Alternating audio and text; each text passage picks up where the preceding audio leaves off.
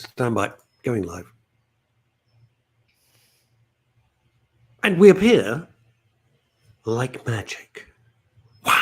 You might have got a little insight into the world behind the scenes there, because I think Do you you think? might have even heard. Why was that? Why? You might have heard RK actually say "stand by" going live. No, I don't think I did. Or did I? I don't know. It's all right. It doesn't matter. I think it's good. It goes to show we're absolutely live. We are live at exactly noon on Friday, the 29th of March. Just because it's Good Friday. Yeah, just because I mean, we're not here. We're not. Well, no, just because it's Good Friday. We thought about it, and I thought, no, everybody sort of carries on, and then we want to have a little bit of a lightness, a little bit of light relief before they go into the long weekend, which will mean nothing to me because I'm be working as normal. So, Phil Dave. I guess Russ Kane. The question we all have for you: how are you? How's it going? What's happening in the world of Duvet? Well, I'm very pleased you asked this, Yes, because yes. all is okay, thank you. And I very much hope the same. Oh, for good, you as good. well. Now, actually, speaking of question, I know that this is not necessarily, we haven't discussed it at all. So I'm about to spring this on his daughter. Oh, yeah. Even All though right. Okay. Oh, I'm interested that I can hear you a little bit. It's not I hear you as I normally do. It's not quite as fantastic as it's. Is that any better? Oh, that is infinitely better. I'm so sorry. I do apologise. It turns out the microphone was a little low. Sorry. Good. All okay with me, thank you. However, grief. so here is what I was going to say. Bearing in mind that today has some sort of religious significance to a great number of people in this many country. people, yes, many people, and obviously around the world. Obviously, of course.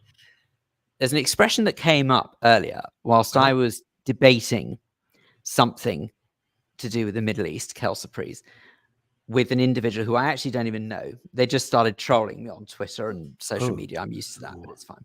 Okay. Anyway, you're brave. No, but it's fine. I don't care. I'm used to. I know you don't care. I know you just think that this individual said that this notion of an eye for an eye has got to stop. And I thought, given that it's Easter, and given that eye for an eye is obviously a religious phrase, it comes from the book of Exodus, I wondered whether or not there's any interest in asking what is wrong with the concept of an eye for an eye. And what I like about you most is when I've sort of preempted the show by saying we want to lighten you up as you go into the long weekend. Let's discuss retribution and massacre. Let's discuss. Well, it's a very, very interesting.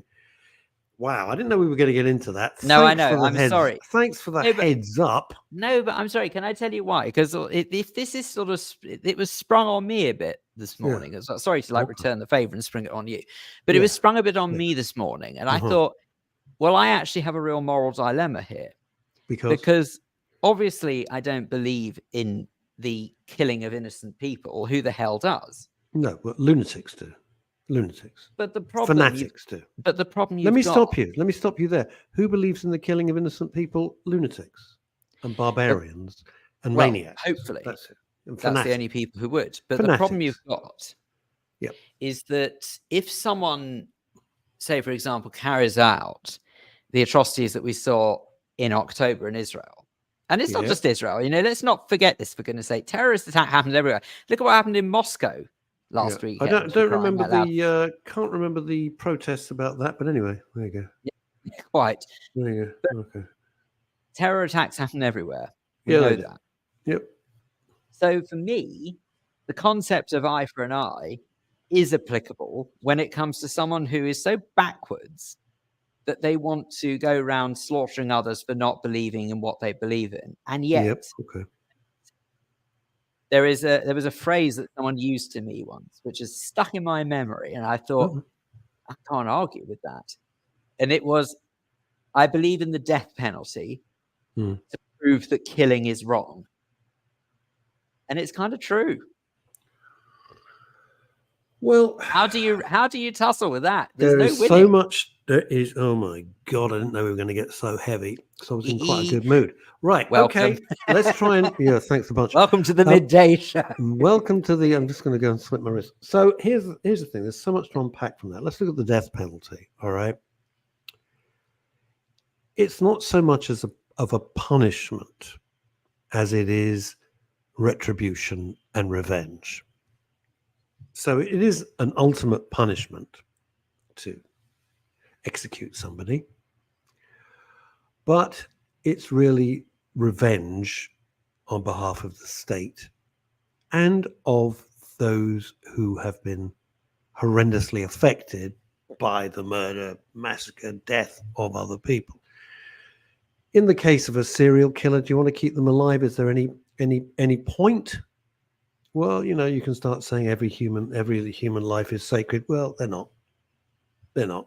If you just randomly start killing people, I think the world is better off without you. Do we want, for years on end, to have to pay for somebody like that?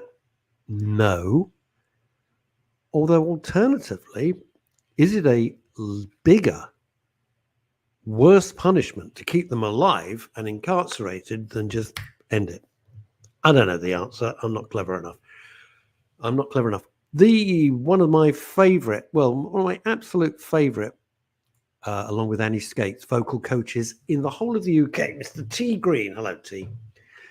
T's one of those fellows who looks sitting like at home having a green tea. Yeah, very funny.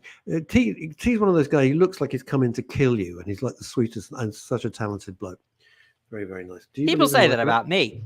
No, they say totally the opposite. Sorry. No, they say he's not talented and he will come and kill you. Yeah, that was it. Sorry, I knew it was something similar. Yeah, I know.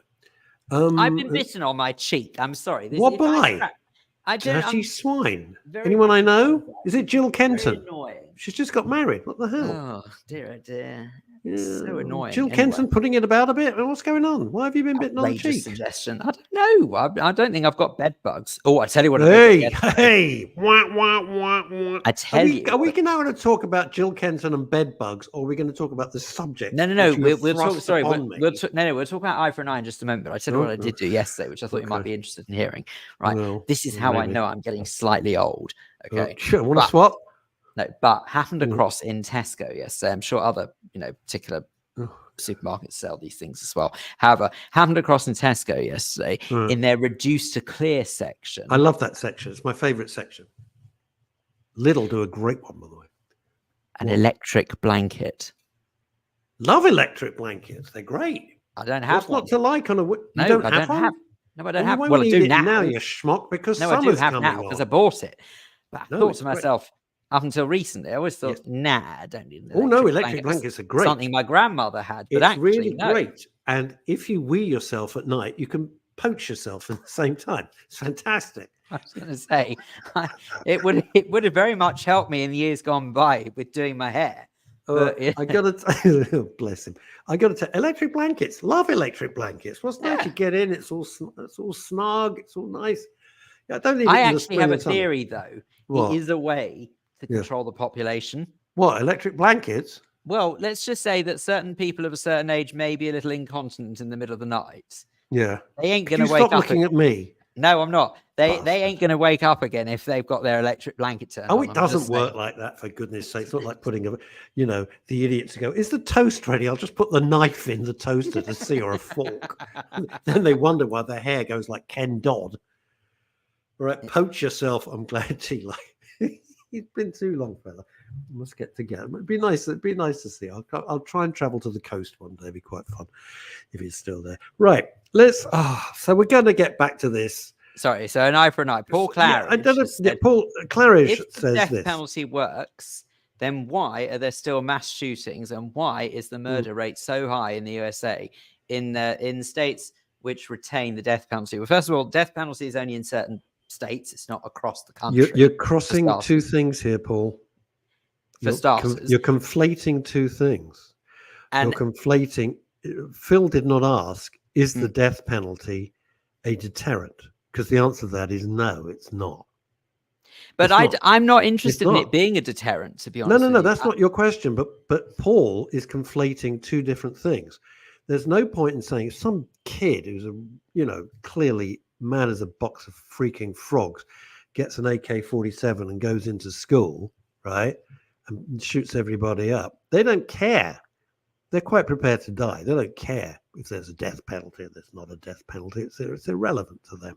And that's because they're mad. And we're you've got to remember that there are individuals out there who will kill in the name of the good cause, in inverted commas. Of course there are. So if they're going to do that, they don't care that they'll die, because they'll die a hero in their eyes. They die a hero. They go straight to heaven, or some of them think they're going to get 72 virgins, wouldn't you just love it? They all look like Susan Boyle. Wouldn't you absolutely love it if when, for example, that someone who is under the impression they're going to happen across 72 virgins are going to go to heaven or what have you, and that's what they're greeted by. If that's what they've been clinging on to all their life, they finally get to the pearly gates, and then they suddenly realize that they're just surrounded by a group of sexual offenders, and actually they're just a little playing thing. It would be fantastic. I think that would be such better karma in a way. I'm not to trivialize people who've gone through that, by the way. Let me make that very clear. But people have died and gone to the pearly gates. Well, they haven't, unless you've got a Ouija board there, fella. Who's no? No. People who are genuine victims of that kind of behavior. Of course, I'm not making a mockery of it. That's because they're mad as well. My point being is that I would love to see them actually get their comeuppance and realize what a nonsense they believe in. Well, it's all nonsense. 98% of it's complete nonsense. But anyway, we won't get into that.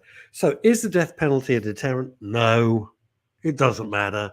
Just look at London. Look at London. This is not a London-centric show. This is a global show. But just think of it for a second. They've said you carry a knife, 5 years mandatory usually. Has it done anything? Absolutely the square root of sod all. Nothing. Done nothing at all. Nothing. Guy stabbed somebody on the train. What? That was horrendous. This is how mad this is how mad we've got, right? They've got CCTV footage because we've got more cameras than any other capital in Europe. Possibly the world, actually. I was going to say, I think it's the world. I think it's more cameras. They still can't find him, right? So the guy, in broad daylight, on a train, down in Beckenham, Bromley, or wherever the heck it was, somewhere like that, areas I know well, just start stabbing somebody. Some people, being totally English, they sit there reading their paper or sort of tutting loudly. Or video it. Videoing it. Well, that's good, because then you've got more evidence, right? No, I know, I get that. But isn't that symptomatic of a day and age in which we live? Oh, yeah. Because I was speaking to a mutual friend of ours the other day about this very subject. And I was saying how that it goes to show that we've got a generation of cowards, because the vast majority of people have not experienced anything like the World War, and therefore they don't know how to confront. Three generations.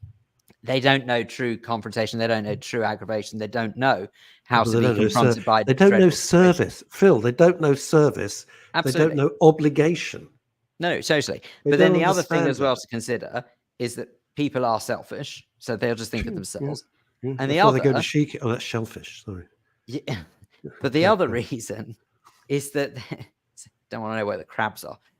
And the other thing is that you've got this generation who lives through their devices, through their smart devices. So actually their first instinct is to video it. Yeah. It's not even to run in the opposite direction. The best bit was, this is how mad, on Twitter, some stupid twerp. Obviously, then they're giving a description of the man who's left another person with life-threatening injuries by using a knife on a train. Bloody great knife. Not my little pen knife. Proper machete. It was awful. Kind of proper whacking great knife, right? And this silly cow says, why does everyone have to bring race into the... No one did that. They're giving a description. I know exactly who you're talking about, but keep going. They're giving a description of the potential murderer, who's a very dangerous person. I tell you why people bring race into it. I tell you exactly why people bring race into it. Because a lot of the time, people are too afraid to say this. It is relevant, okay?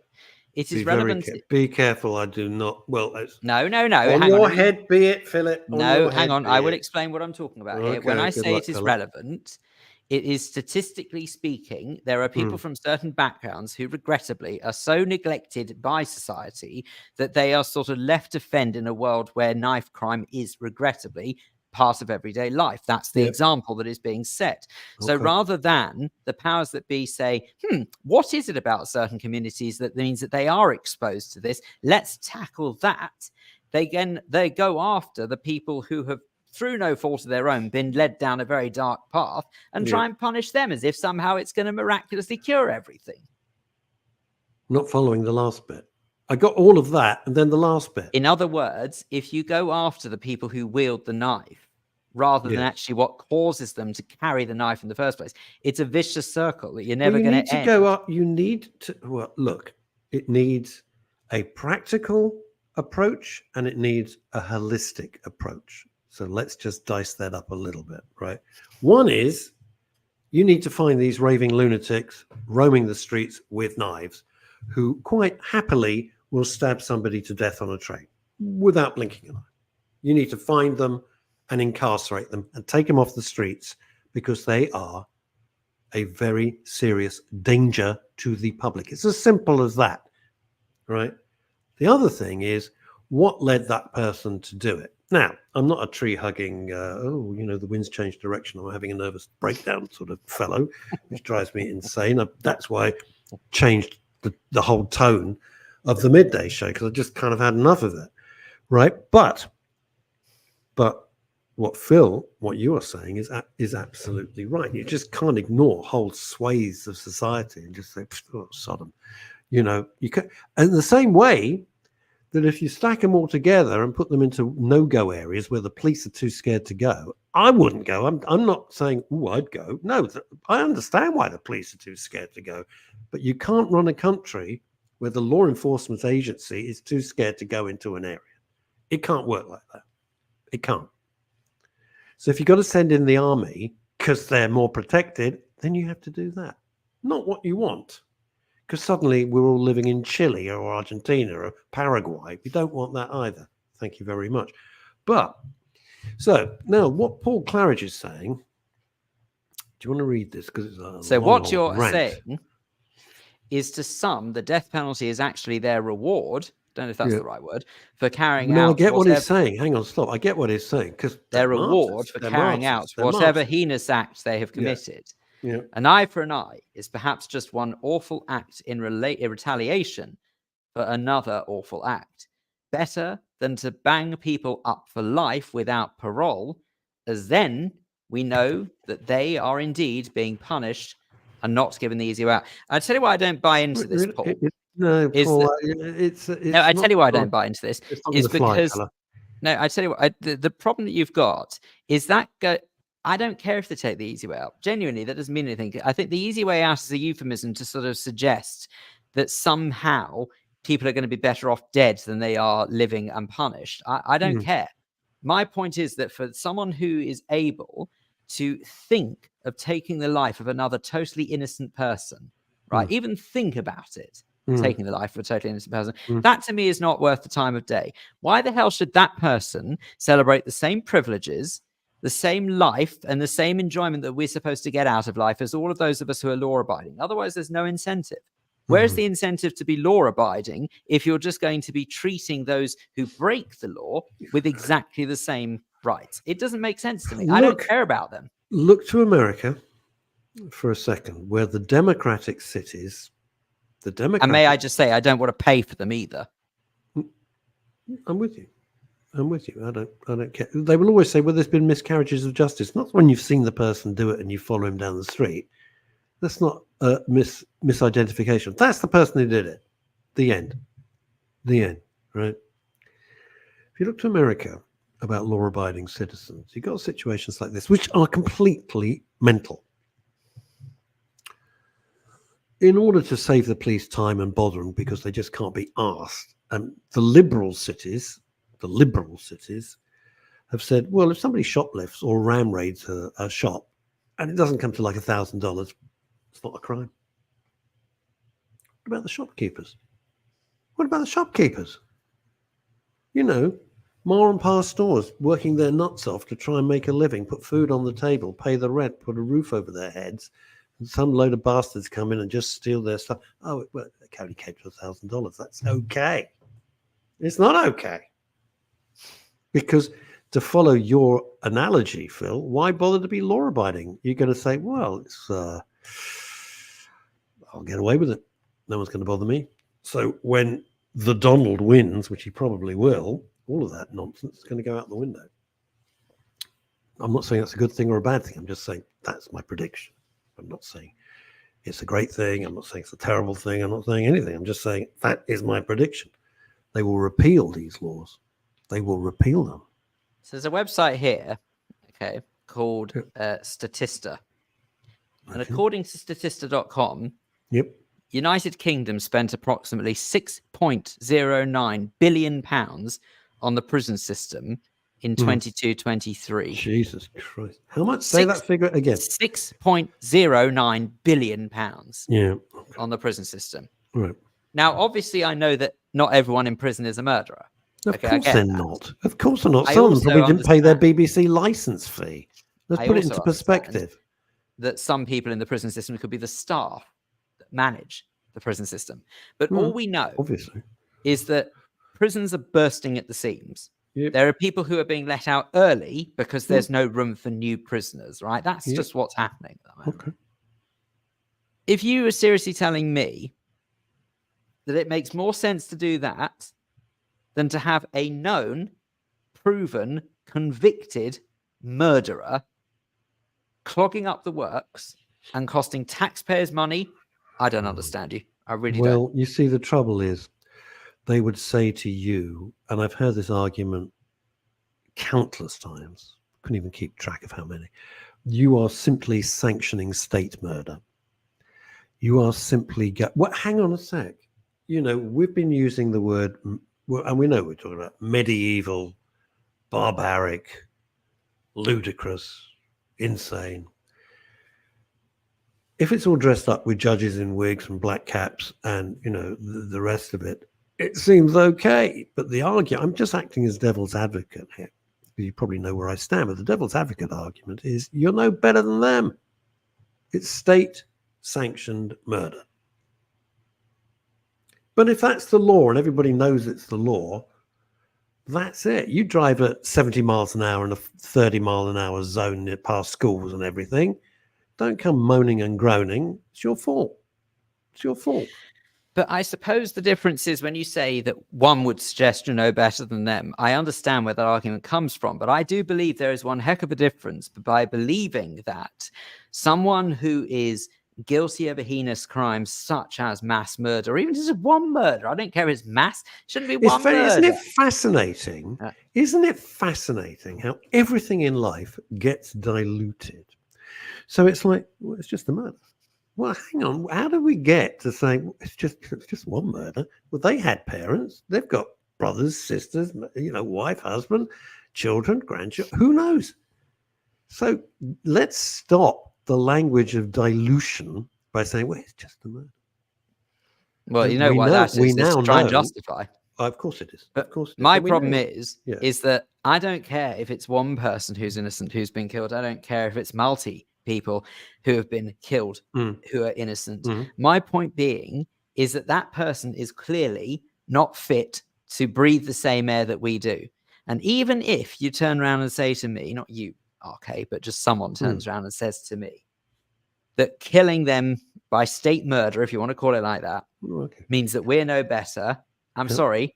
That's not the way to justify it. That's not the way to look at it, because there's one hell of a difference between supporting punishment that ultimately means that these people are eliminated from our lives and we can actually live in relative peace and harmony, compared to saying that I would go round and actually want to cause someone some harm. There is a hell of a difference between that.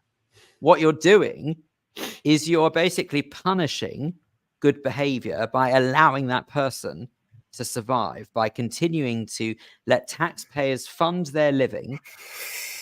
And also, if you believe in saying that just, heck, heaven forbid, even if they're let free, you're punishing society for being well behaved. Well, You know what? My dad used to have a saying, my late dad, a fish stinks from the head. So if you just take it from London, because at least I can speak with that with some knowledge because I live here, if you've got a mayor who is more concerned about taking an advert off a tube than knife crime, which seems to be, what's his legacy? Jesus.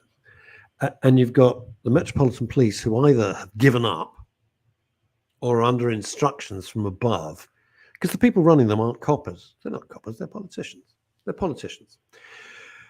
Rudy Giuliani brought in a thing called it was zero tolerance, but it was called the broken windows.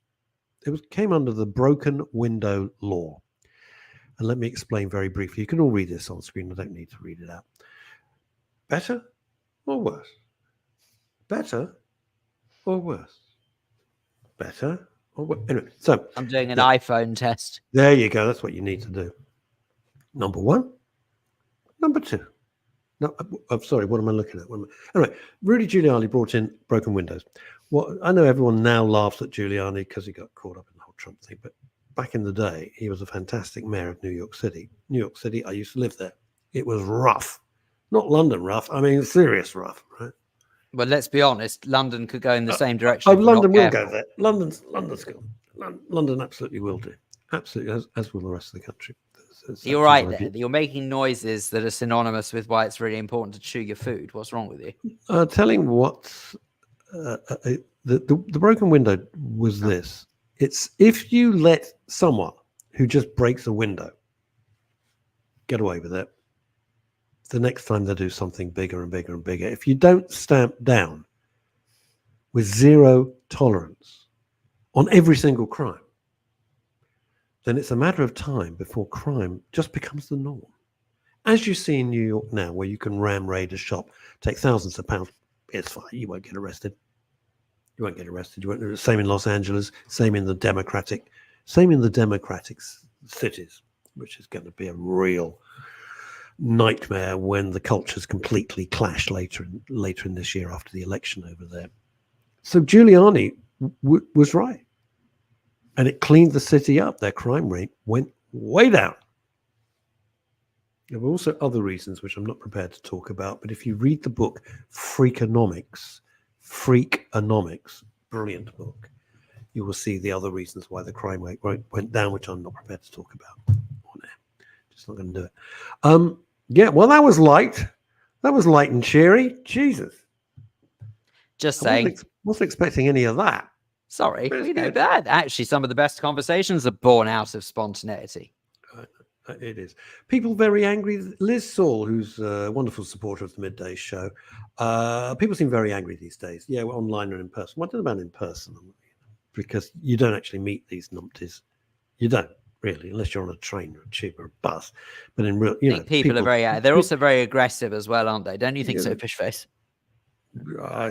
I think they're bloody aggressive. You twat. That's, as you know, that's a Ken Dodd joke. That's bloody brilliant. That was actually because he was asked within one of his audience with, LWT used to do these audience with specials where they'd have all of the big names of the day. They did it with Peter Ustinov, Dame Edna Everage, all of these big names at the time. Say again, sorry. I was going to say that the people are very angry because it's not an accident. You got factories in Russia, huge factories in China, which are just full of bots sending out all this stuff, stirring everybody up. What's the best way to destroy a country without firing a bullet? Let it rip itself apart. Well done. They've succeeded. They've done a brilliant job. What am I missing here? What? So we've gone from talking about an audience with to talking I didn't about hear any robots of that. in China. No, I can tell you couldn't hear any of it because it didn't make sense at all. No, dear, Chantal, help me out. About that. Sake. No. Thank God Chantas is here. Dear, oh dear. Anyway, what I was trying to say is the reason why I brought up the series of an audience with is Ken Dodd. Ken Dodd he actually did two audience with, but in one of his audience with, he was asked a question by someone, I can't remember who it was who asked the question, said something along the lines of, don't you think the world is incredibly aggressive nowadays? And there's talk about a joke worth explaining. And he turned around and said to this member of the, I think we live in a very aggressive world. Don't you think so, fish face? You know, and it was just supposed to be a joke. But anyway. But just hearing Ken Dodd, who was like the most gentle creature ever, turning around and calling fish face was just very funny. That was Ken Dodd was I tried to bring a little bit of light shade. Oh dear! Look at this. Well, before we get on to Chantal's, unfortunately, I met some of them in person. My main business in the shop, and people not looking where they go. I was getting fuel one day, and the staff were like, "Yeah, I mean, well, you report them. Not that the petrol companies will give a good goddamn, but report them. That's the thing to do. We don't. Otherwise, you're fueling the fire." And that's a 4-star review from. No, that thing got to be of a certain age. Now, welcome to We've been beautifully unleaded onto. Oh God! This is I'll keep pumping out these petrol jokes until I find one. Until you're exhausted. Hey! Oh God! Gosh, you two have got your knickers at a twist today. I didn't. He started it, Mum. He started it. It wasn't me. No, that's true. He did start it. I was happy to have a light and happy, cheery show, but not Phil. I'm going to drag everyone down with me, Dave. Harsh, but possibly accurate. Yeah. Hey, what else are you going to do on Good Friday? No, exactly. Yeah. Well, some bits of it, I've listened, obviously, since the beginning of the hour, and some bits of it I just completely agree with, because we are going to talk about a program a bit later, is, you know, how far can you be pushed? And I know how far I can be pushed, because I completely flipped my lid in the park in West London last week. No! Pray do tell. What happened? I did. I saw a 7-year-old picking daffodils in the park, and I was absolutely furious. And I went big issues as they roll. I went over and I shouted, "Don't pick the daffodils." And the woman I was with said, "Oh my God, where did that come from?" And I said, "I don't know, but she deserves to be told. 7-year-olds should not be encouraged to go and pick daffodils in London." How did you know that they were 7? Yeah, how did they know? Yeah, we want answers. Oh, okay, fine. She looked about 7, but her mother Where was the 7-year-old's mum? Where was the mum or dad? Or the mum was standing there watching.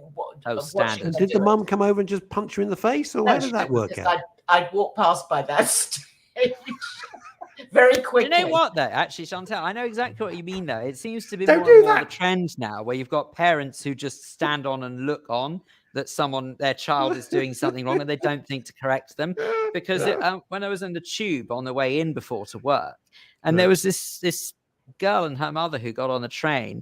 This girl was climbing all over this middle seat. Sitting next to her was a passenger who'd been there since I got on the train several stops previously, just minding her own business. And this girl was climbing all over the seat, poking out the window, almost shoving this passenger out the way. And she even the passenger sort of leaned over a bit like this to say, "What the hell are you doing? Can't you control your child?" And I eventually just sort of stared daggers at the mother as if to say, "Do something about it." And she did sort of calm the child down. But it's ridiculous. You shouldn't have to have another passenger look at you as if to say, "Are you going to control your child?" Yeah. No, I have to say, I still get grumpy when I see people with their feet up on. I hate that. What?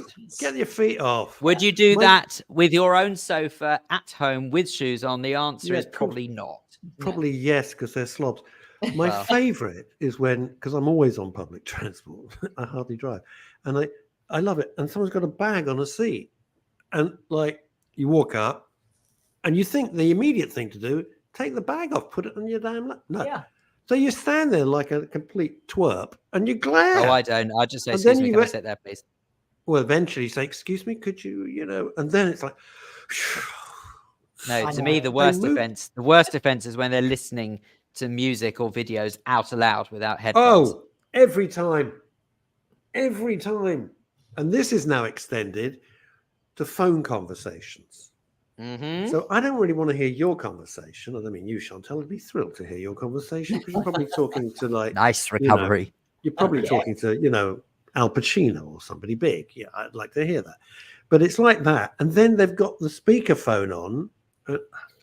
I'll be doing something similar. I'll be speaking to Aldi. Don't laugh. Don't encourage him. Don't encourage him. Right. I have a confession to make. Getting back to why you're here, Okay, Screen tell Queen, me. is this. Wait, you didn't say, hang on, you didn't finish saying. You were talking about sort of someone having a phone conversation when you were on the train. Well, it's just boring. I mean, I don't want to hear it and it's loud. So shut up. Shut up about it. Right. Here's the thing. I know I am the last person in the Western Hemisphere to be watching Squid Game, the original Netflix series. Oh, I know. I'm the last person. I'm the God, last you person. are the last I hadn't person. seen it. I hadn't seen it. And I Okay. wanted to see what the fuss was about. So I've started binge watching it. Holy moly, it is off the hook brilliant. Brilliant. It's off Brilliant. the hook, bonkers and brilliant. Yeah. Well, it's kind of not bonkers. It's so. Oh, it is. Oh, I don't think it is at all. Thank you. Oh, Phil. it is. It's completely. Sorry. Don't think I'm giving anything away to those who haven't watched it, but Who the Flaming Hell has about 100 people in a courtyard that looks like it belongs to a defunct police training ground, running across the pitch with lasers shooting at them. What? It's bonkers. It's not bonkers. It's brilliant. It's utterly brilliant, and It is crazy. Not only is it a magnificently acted. I mean, the acting skills, the directing, the production. Now I get it. I think I'm up to episode 4 or something. I don't know. I'm just completely engrossed. Yeah. Engrossed in this show. If you haven't seen Squid Game, holy goodness, go and watch it. It's very tense. But it is gruesome. It is gruesome. Very. Not for your kids. Yeah. Don't watch it after eating. No. But I mean, there's quite a sort of heavy moral tone. Huge. To the This whole is thing. it. This is what I loved about it. I thought it's about, it sounds so pretentious, but why not? It's about the human condition. How far would people go? What happens when you're absolutely desperate? It's about how quickly, another theme carried in Three-Body Problem, how quickly would society disintegrate under certain circumstances? With Three-Body Problem, the alien invasion is 400 years away, and people are ending their own lives en masse. People are killing other people. People think it's God coming. It's 400 years to go. Crikey. And I think that's right. I think it's right. Well, have you got it in your diary? I have, yes. I have. Hopefully we're not going to last that long. God, about 400 minutes. No. Well, I have to say a lot of people are already in preparation. I went to see a very interesting film on Monday. We did? Oh. Why don't you tell us about it? I'll just leave the two of you to it, sure. Well, this is the film. Oh, he's disappeared. This is the film that I invited Russ to, who turned me down and said he didn't want to come. I then texted him back saying, well, I'm going to go. I'm not interested in football, but I love Bill Nighy. And he's going to be there for the Q&A afterwards. And then Russ begged me to come along. So we went off to BAFTA on Monday night. Did we not, Mr. Kane? We did. I'm sorry, I lost the signal or something there. We did, and we sat. Yep, take it away. You tell us. Back row. We sat in the back row, me and Chantal. We did. Your mama says that through the week you can't go out with me. Anyway. The back row is the best. And do you know what? And do you know what? Nothing. And I wore my most tactile top. My most tactile. You had a cashmere shower. top. I had a shower. What a a nice shave, jumper. everything. Nothing.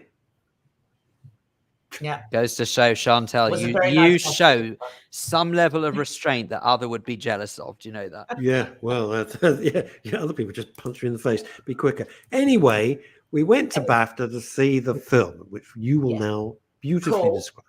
No, you tell us about it. It's called The Beautiful Game. No, this is your spot. All right, it's called The Beautiful Game. And it's about something which I'd never heard of, and Chantal had never heard of, and I think everyone in the audience had never heard of it. It is called the Homeless World Cup, which I assume was just made up for the movie. No, it's an actual thing. Been in existence. You've never heard of it? Have you? No, I just thought there I'd you make go. myself sound intelligent. God, see, Never play poker with Phil Dave. You will lose your house. No, absolutely. You Poker face. totally. Thank you, Liz. That's very, very sweet of you. I'm just on something with it. Anyway, so it's the Homeless World Cup. She could have been talking to me. Well, not unless your name's Russ. Dick. She says your hair looks particularly tactile today. No, it does. It's very fluffy. Oh, you're right. Well, I'm looking at the thing up. If you had my eyesight, you'd be going, what? You can see the screen. That's genius. Who's there? One. It is amazing. So anyway, actually. right. I don't know back what to it the is Homeless about World Cup. shaving heads that suddenly everyone either does that or they do that to you. Oh, I genuinely That's don't like know. I Benny genuinely Hill. don't That's understand. Jackie Wright. No, but I don't understand. So the people take the term slaphead literally. It's bizarre. Do people do that to you? Yes, they wouldn't do it. What do they think I am? Like a walking whack-a-mole? What was wrong with them? Yeah, obviously. Crying I out spend loud. time Next with you. I That's expect kind of people are how going to I bring feel. their own mallets. Boom. That's Thank you. bizarre. Completely Did bizarre. you really do that? Honestly, I've had it. Absolutely. I'm thinking getting Wow. part-time work as a Britain's Got Talent buzzer. But anyway. Very good. Is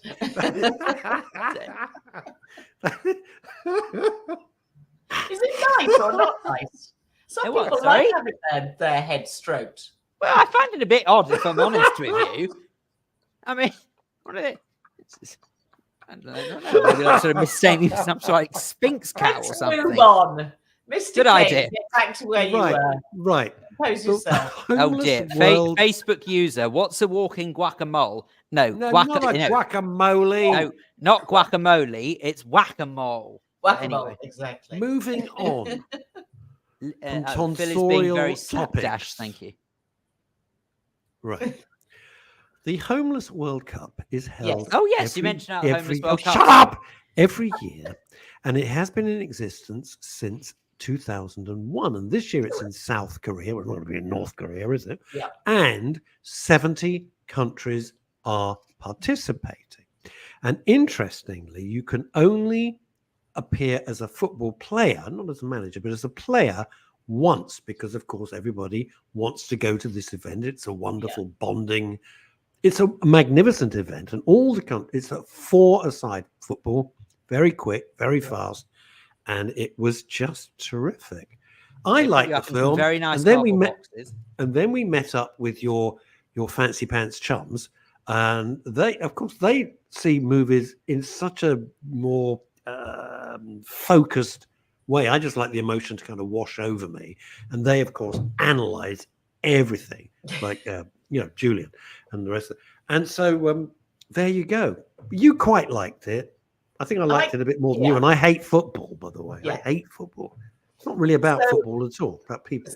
So to add a bit of flesh to the bone, Bill Nighy plays the manager, who is a sort of later life ex coach, and he takes on the British team of 4 players and gets them to Rome, and they all meet up with everybody else in Rome.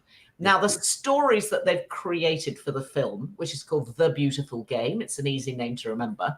The stories they've created have been inspired by real life homeless characters. So they're not actually based on real people, but the stories are based on real stories, which is actually what gives it a real depth and real warmth.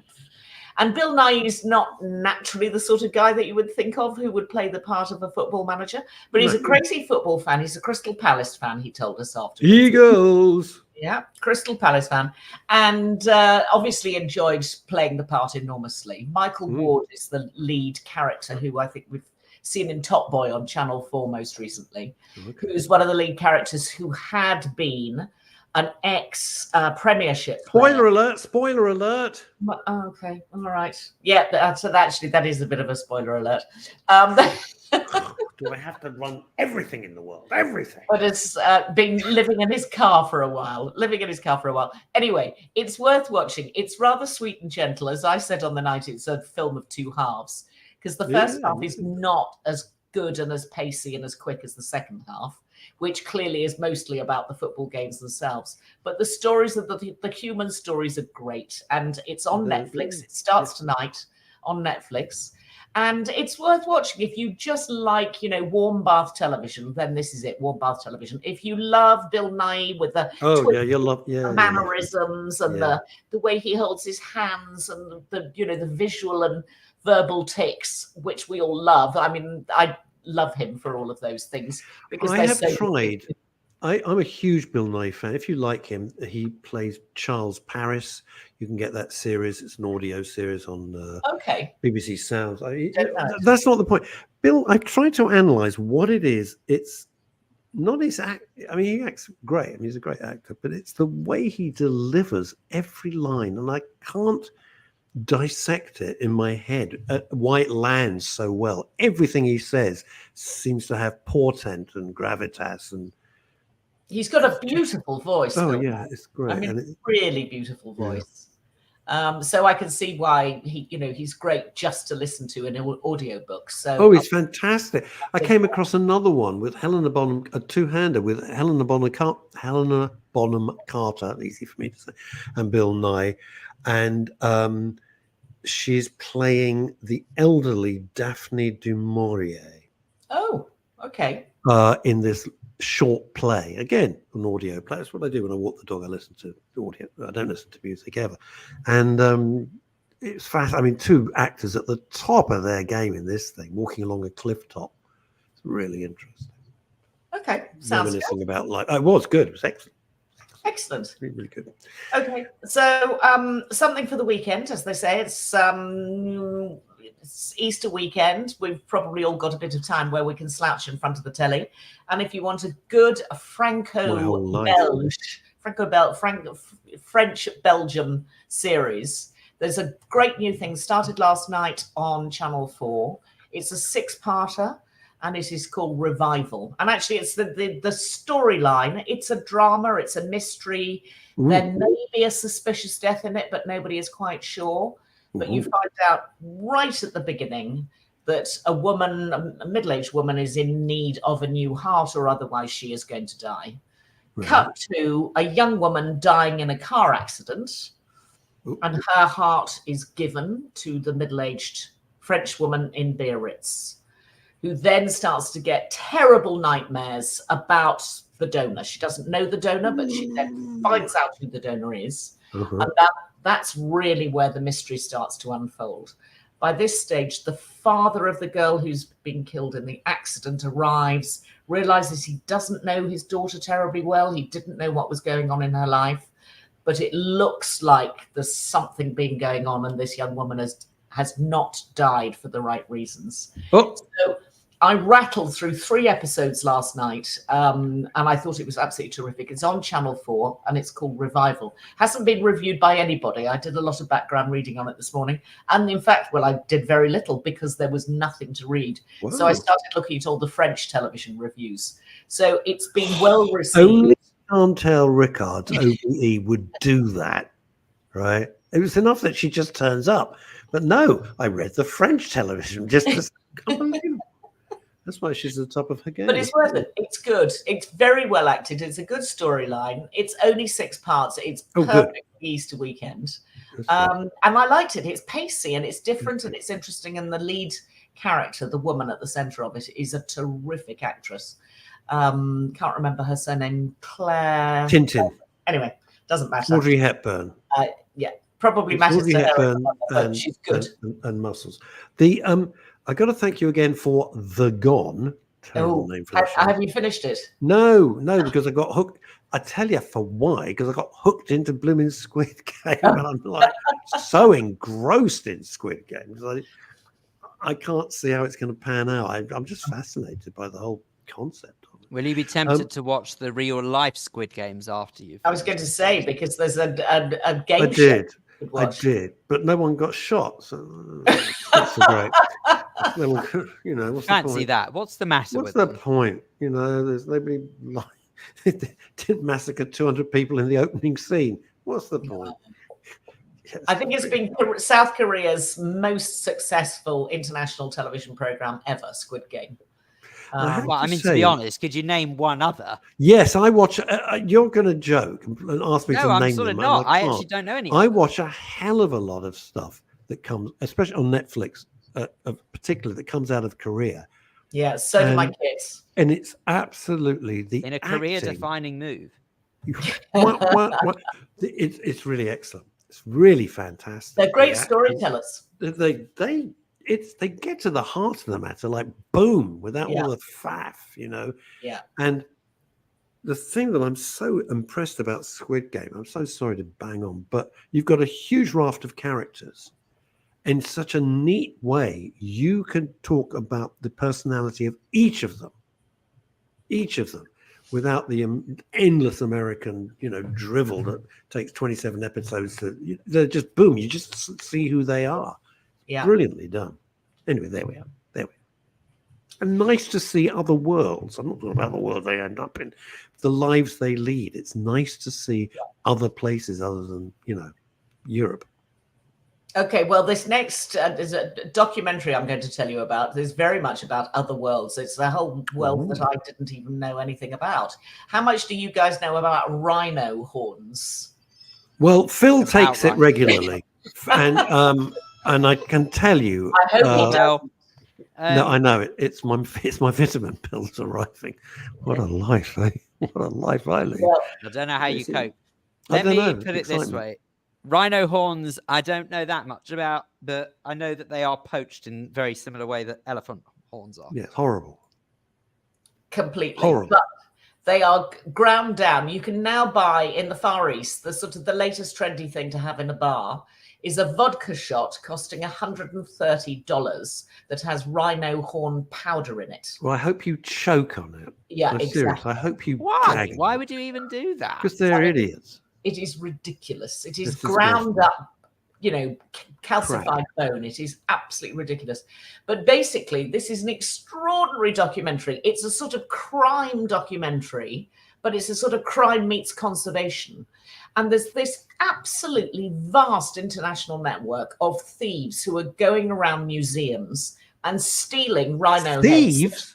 Thieves. Oh, God. In museums? And most particularly Irish travellers who are going all over the world to steal these pieces from museums. But at the same time, the other part of the story is how the current poachers are trying to get to rhinos that are still out there in the wild. Rhino hunting is still allowed as long as long as you kill a rhino over the age of procreation. Under the age of procreation, it is not allowed, but they're taking Thai sex workers. They are dressing them up effectively as people, you know, international tourists who are going out on these fabulous hunts in Africa. And actually all they're doing, these people, are killing the rhinos. You are only supposed to then take the rhino head or horn as a prize. You're not supposed to then go on. You should take their heads. I would take their heads. What, going right the way back to the beginning, what would I do with these people? I'd chop their heads off. Well, it's a really interesting documentary. It's called The Great Rhino Robbery, and it's a small series. I think it's 3 or 4 episodes, and it's on Sky, it's on Now, and it's on Apple. So you can see it here, there, and everywhere. But it's very well done. And it's so shocking that you just are furious by the end of it. You cannot believe this stuff is happening. And all for a powder that is utterly, utterly ineffective and pointless. I mean, it's disgusting. That really makes me crazy with rage. I'll be honest with you. I can't watch it. Makes me feel I know if I watch it, I'm going to get in a state. Well, I don't know. I mean, I was pleased that I'd watched it because it completely opened my eyes to something I knew virtually nothing about. And they've spent a lot of money putting the documentary together. It's very well researched, and it's definitely worth watching if you like stories about conservation, sort of, you know, cut as a crime documentary series. It's good. It's worth watching. So to go back to what Phil was saying at the top end of the show, if you see the poachers, just shoot them on sight. That would be my solution to it. Just shoot them. Well, they do interview some of the people behind all of this. There's one guy who they call the Pablo Escobar of rhino horns. I mean, absolutely. He sounds like a charmer. Oh, that's nice. Charmer. But it's fascinating. So you meet conservationists, you meet the thieves, you meet, the curators who would come in one morning and they suddenly find that their African collection has just been stolen overnight from some little place in the Cotswolds. I mean, absolutely, it's crazy, but it's really. What are they doing with the African collection? These little adorable Irish travellers. What are they doing? They're taking the rhino heads. And then taking the horn off the rhino head and then selling the rhino horn. It's mad. It's completely mad. I know. Bonkers, isn't it? Oh, well, I was going to go for lunch after this. I'm not so sure I feel very hungry now, but anyway. You're going to have a cream horn down in a nice little shop. Gracious me. I never understood that because I don't eat desserts. So I never understood what people say. Oh, I have a cream cake. And I go, oh. No. Wow, that sounds. You could always just turn around and just say, "What do you feel like for lunch?" Rhino. Oh dear. Anyway, we've learned nothing, have we? We've learned nothing, which just adds to my theory that we are just a horrible mistake and blip in the history of the planet Earth. I really think so. How I do. I totally think we are. I don't think we should have been here. Yeah, but you say that, but then again, I feel like I'm a diamond in the rough. Yeah, well, you can stay. You, and maybe Ray and Linda. Thanks. The voice of God has spoken. The voice of God. Yeah. No, I do. That's what I think. I think we're a terrible mistake, and I think we'll be gone.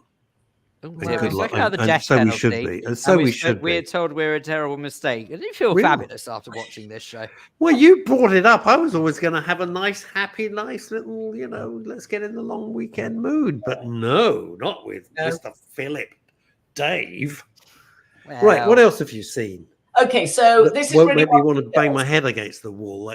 I'm so upset about the. Oh no! Well, I just prefer animals to people. People are horrible. Animals are lovely. Oh. Well, if you want to see something very light and very frothy and very silly, and you were a fan of, let's say, Desperate Housewives, Mad Men, might not. I liked the first series of Desperate Housewives, and then I think it lost it. Oh, I stayed with Desperate Housewives right to the end because I got sucked in by the characters. I thought the characters were very well written. I mean, it was complete silly stuff, as is Palm Royale. Oh, hello. Yes, Palm Royale, which came out this week on Apple. Don't forget, you can get a week free if you want to trial it. Palm Royale is about Palm Beach, which is that the most fancy part of Florida. Fancy pants. Yeah, on the Atlantic coast, where the most shishi people go. And we know an ex-president who currently lives down there. But this is 1969 in America. Women are just beginning. Women are not quite sure whether they're becoming feminists or they're still very much 1950s woman. And along comes a social climber who really is a social climber par excellence. And she climbs over the wall of the most exclusive club in Palm Beach. And pretends to be one of the members. And she really wants to be part of the scene. And the story really goes on from there because, of course, she meets the sort of bitches from hell who want to keep her out, who include people like Alison Janney, who is queen bitch, and know that this woman used to be a beauty queen. And there's absolutely no way that they will allow her to become part of this incredibly exclusive, by that stage, very old-fashioned set of women all, dressed in their finery and their hair perfectly done every time they go out to the swimming pool. It's silly, silly nonsense. But Kristen Wiig, who is one of the executive producers and is the lead character, is brilliant. Alison Janney's to die for. Carol Burnett plays a woman in the coma. Is she still alive? I didn't know Carol Burnett was still alive. I'm a huge Carol Burnett fan. I didn't know she was still. Can't be that much of a fan if you didn't know she was still alive. I know. The moment I said that, I thought, no, that's crap. Yeah. But no, that's probably why she's playing the part of a woman in a coma. She is of an age. Sorry. Such an inappropriate time to laugh. Oh dear. There are moments where you see her in a dream sequence where she actually speaks, which is very funny. But I think it's going to be good. I'm going to stick with it. I've done the first 2 episodes. It's highly silly stuff. It's 10 episodes, so they're going to have to go some to keep the storyline going, because if it's just a one-trick pony, it's not going to work. Yeah. But at the moment, it looks wonderful. 1960s Miami just looks, and Florida looks incredible, and the clothes are to die for. I mean, absolutely gobsmacked. What a time to be there, like the late 50s, early 60s. Yeah. Just sensational. Yeah, 1969. So it's it was 69. 69. Not 60. Yeah. And they intercut it with weird bits of sort of footage of Richard Nixon, but Laura Dern is in it as well, and she's the sort of local feminist character. And so you can take some of the storylines which are a little bit heavier, but mainly it's froth, bubble, and nonsense. And if you love that, stop talking about Phil. I was actually going to suggest that could be a very good name for this show. It's starting with Russ. You got froth, you got bubble in the middle, and then nonsense. Perfect. And on that note, it's time for the nonsense to leave, as it is 1 o'clock. Time to go. So have a very happy Easter. And you too. Farewell, one and all. Don't eat too many. He'll do his secret funny, I'm just haven't gone yet routine now. 20 minutes of that to go. No, you don't rise from the dead. I'm going to go get some lunch. Sunday. Oh, yes, of course. Everything stops. You're going to go get a cocktail with some rhino dust. Enjoy. Yeah. Don't rise from the dead till Sunday. Goodbye. That was a terrible thing to say. Otherwise, it'll make him cross. He didn't hear what I said about not rising from the dead until Sunday, but maybe he didn't get the joke. No, I did. I heard. I'm just not Chris. What is the point? Oh, dear. It's all going downhill. No, it went downhill at noon. Phil started. Anyway. Thank you so much for joining us. It should be flattered. You see me as the savior of the program. Oh dear, he doesn't know how to make a decent exit, does he really? No, there's so many things I could say about that, alluding to a dinner we had with a mutual friend, but we're not going to talk about that now. Okay. Phil, I can still see you. He's lurking. He's still lurking. Now he's waving. And he's using all his fingers. He's waving. Oh, he's taking his earphones out. Okay, now he's gone. Right, Chantal, thank you so much for joining us. Not at all. Have a wonderful holiday weekend. Thank you. And you have a lovely, lovely time. To everybody there, thanks for being with us all through the week. We will be back. Yeah, I know it's Easter Monday. We'll be back with myself, guests, and Neil Longy Long on Monday at 12. Have a lovely weekend. Shantas, thank you so much. Until we meet again, try and stay out of trouble. It's not easy, but do you?